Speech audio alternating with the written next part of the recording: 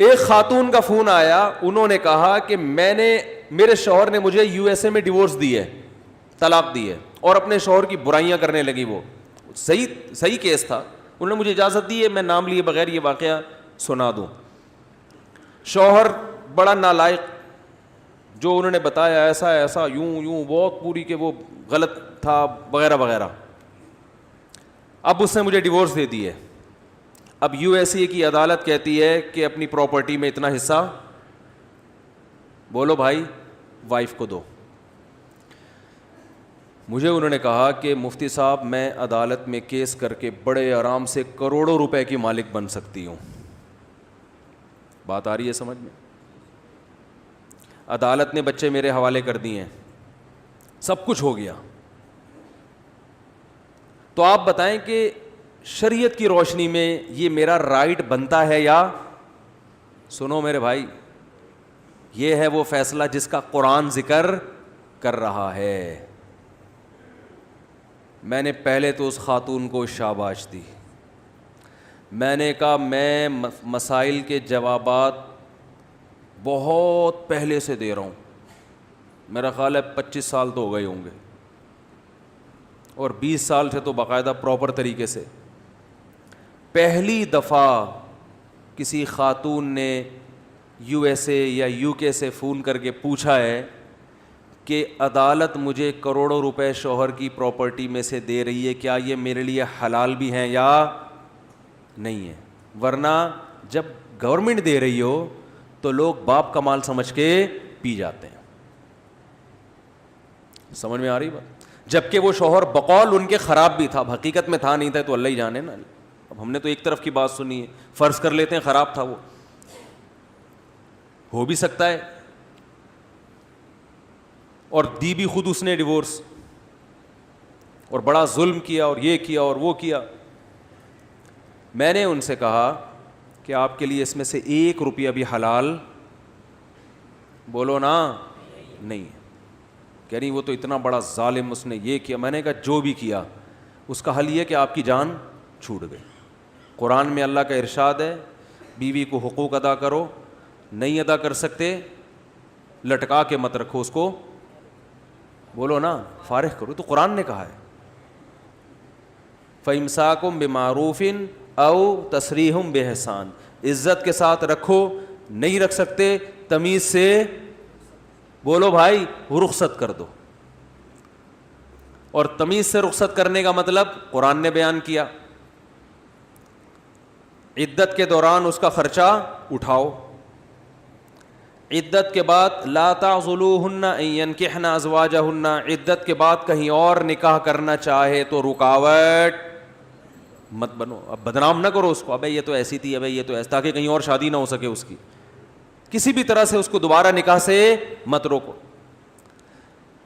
اور جو کچھ اس کو تم دے چکے ہو فلا تأخذوا منہ شیئا, کسی ایک چیز کے بھی واپسی کا مطالبہ. ابے کیا ہو گیا بول لو یار, گولڈ پہنا دیتی ہیں نا سانسیں جوش میں آ کے, میری بہو کا ہو گیا. ابھی بہو نے پھر اگلے دن سے کچھ بھی کیا, اب کہہ رہی ہیں گولڈ واپس کرو. نہ بھائی, دے دیا, بولو بھائی. آپ نے بیگم کو مکان اس کے نام کرا دیا یا پورے بحریہ ٹاؤن اس کے نام کر دیا آپ نے. اب جب ڈیورس دیے, قرآن کہہ رہا ہے لا تأخذوا منہ شیئا وإن آتیتم احداہن قنطارا فلا تأخذوا منہ شیئا, سونے کا پہاڑ بھی دے دیا ہو تو واپسی کا مطالبہ مت کرو.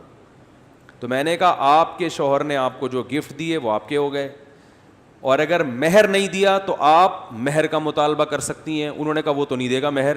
میں نے کہا پھر یہ کیس کر کے جو کروڑوں کے پیسے آ رہے ہیں اس میں سے مہر کی رقم کاٹ کے باقی کیا کر دیں, بولو نا بھائی واپس. یہ باتیں آپ سن تو رہے ہیں, سننے میں بڑا مزہ آتا ہے, جب آپ پر آئے گی نا تو پھر دیکھتا ہوں کون کتنا عمل کرتا ہے. سننے میں بہت آپ کو ایمان تازہ ہو گیا, اس خاتون کے زندہ باد کے نعرے لگاؤ بھائی, بڑی نیک خاتون تھی, واہ واہ واہ واہ.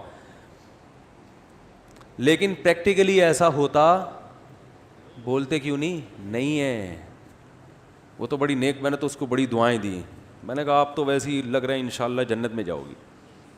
کروڑوں روپے کون چھوڑتا ہے بھائی؟ اچھی خاصی جائیداد بن رہی تھی, اور پھر شوہر نے اتنا ستایا بھی ہو, پھر تو یہ تو بھی یہ ستانے کا کفارہ ہے, کفارے کے نام پہ.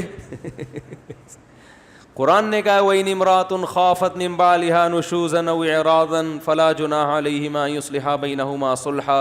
شوہر ظالم ہے, تنگ کر رہا ہے, تو قرآن نے کہا یا تو سلو کا راستہ اختیار کرو, کچھ حقوق سے دستبردار ہو جاؤ گھر بچانے کے لیے.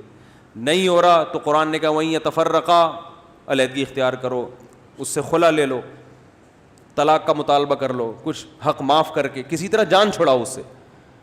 تو وہ چھوڑ گئی نا جان, شکر ہے لٹکا کے نہیں رکھا, ظالم تھا چھوڑ دیا. کہہ رہی ہیں ایسی کنڈیشن میں آ کے چھوڑا ہے, اب عمر زیادہ ہو گئی, اب تو کہیں شادی کا بھی مسئلے امکان مشکل ہے.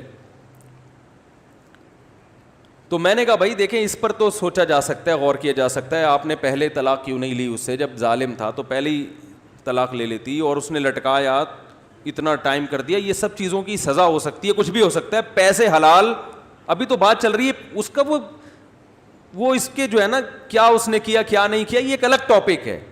اس کی وجہ سے کسی کے پیسے آپ کے لیے حلال نہیں ہو جائیں گے. اور آج عدالتوں میں دیکھو ہو گیا رائے, عدالت میں خلا کی ڈگری دائر کی جاتی ہے, خلا لے لیا جاتا ہے. اس کے بعد اب خلا کا 6 مہینے بعد مثال کے طور پر عدالت نے خلا دیا, تو عدالت الگ سے پھر شوہر کے ذمے بہت سے خرچے ڈال رہی ہوتی ہے جو شریعت میں بنتے نہیں ہیں. بہت کچھ الٹا سیدھا ہو رہا ہے. یہ ضرور ہے کہ یہاں پر اتنا, کیونکہ تھوڑا اسلامی کنٹری ہے تو بالکل ہی کنٹرول سے باہر نہیں ہے. یورپ اور امریکہ میں تو ان کے تو قانون ہی بالکل الگ ہے نا. تو یہاں بھی آپ پر لازم ہے کہ عدالت کے فیصلے کے بعد آپ کسی مفتی سے, کسی مستند دارالافتاء سے, اور یاد رکھو کسی شخصیت سے رجوع نہیں کرنا چاہیے, اداروں سے رجوع کرنا چاہیے.